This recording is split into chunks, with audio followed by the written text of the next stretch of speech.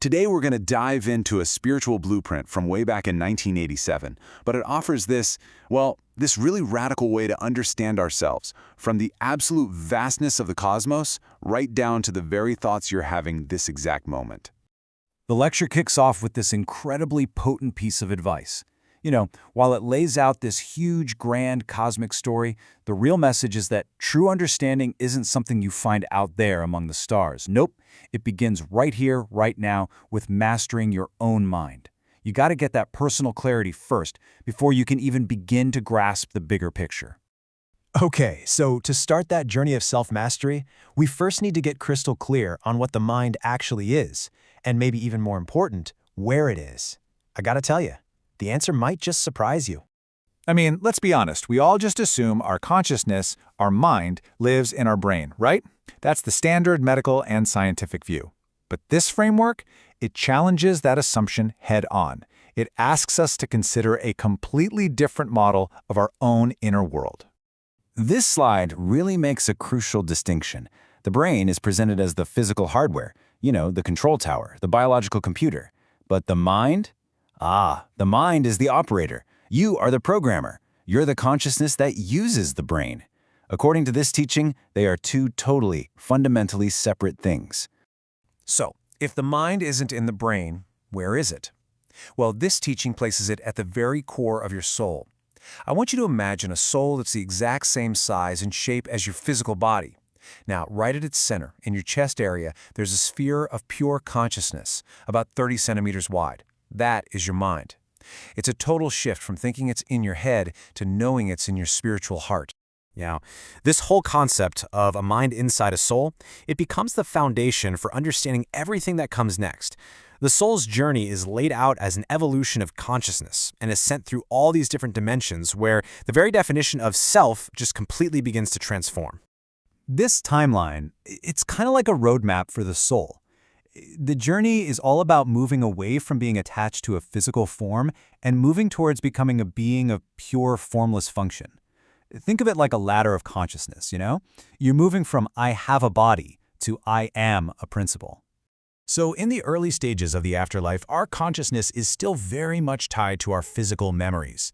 Souls in these dimensions feel most comfortable in a human-like form, and they might even keep up habits like eating or sleeping, just because, well, that's what feels normal. Their identity is still really connected to their last life on Earth. But the sixth dimension, that's where a massive shift happens. It's a huge breakthrough. Here, souls start to get it. Their physical form was just a temporary vehicle. They discover that their real power lies in their consciousness, in thought itself. And this is where they start training to become creators. And this training is quite literal. The lecture describes souls learning to manifest a glass of water just by thinking it, or designing new clothes for themselves, experimenting with changing their form, maybe making themselves 2 meters tall just to see what it's like. And as they master these skills, they also start to help us down here on Earth, acting as guiding spirits in whatever their area of expertise was. Then, in the seventh dimension, the focus shifts completely. It flips from self-development to selfless service. Beings here become so totally absorbed in acts of love and compassion for others that their personal form actually starts to dissolve. They operate as pure intention, pure help, literally forgetting themselves in the service of others. This slide shows the next incredible leap.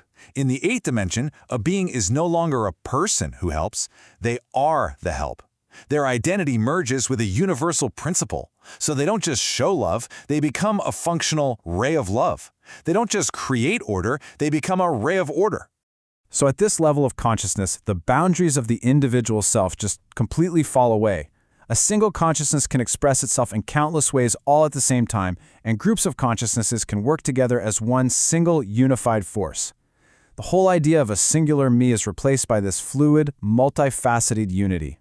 And finally, we get to the ninth dimension, where consciousness is described as a great source. The lecture uses this amazing metaphor of a massive dam, just this vast, silent reservoir of a specific spiritual energy, like love or wisdom.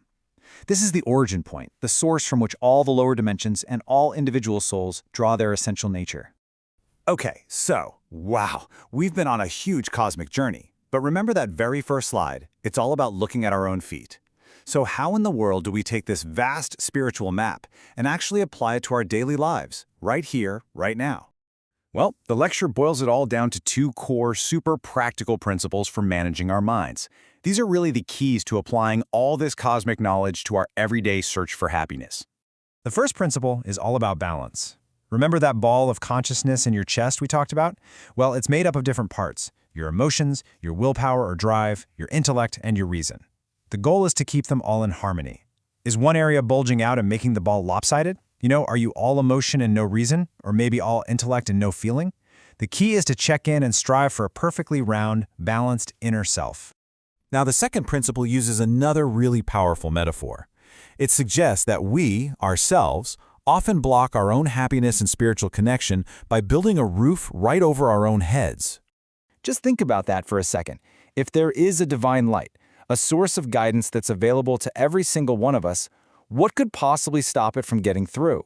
The lecture is really clear on this. The only thing that can stop it is us. And right here on this slide, we see the building materials we use. Every time we grumble, every time we hold on to anger, feel that sting of jealousy, or cling to resentment, we are actively laying another shingle on that roof. We're adding another layer to the cloud that hangs over us. So here's the crucial point. This buildup of negative thoughts creates a very real spiritual barrier. It's a cloud of your own making that blocks the light from above. It blocks the guidance from helping spirits, the wisdom from your higher self, and the energy of the divine. You're basically putting yourself in a dark room and closing the door. This is the ultimate message of self-responsibility. We can't blame our suffering on things outside of ourselves. If we're in a dark, messy room, it's because we built it. But you know what? That also means we hold all the power. We are the only ones who can clean it up. And this is so empowering. It means happiness isn't some passive state that we just have to wait for, or some prize we get after our bad karma is all used up. No, happiness is the direct result of an active daily practice. The work of looking at our thoughts, taking responsibility for them, and consciously choosing to clear away our own clouds.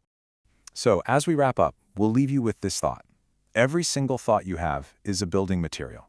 You are the architect of your own inner world, of your own reality. So the only question left is, what materials are you going to choose to build with today?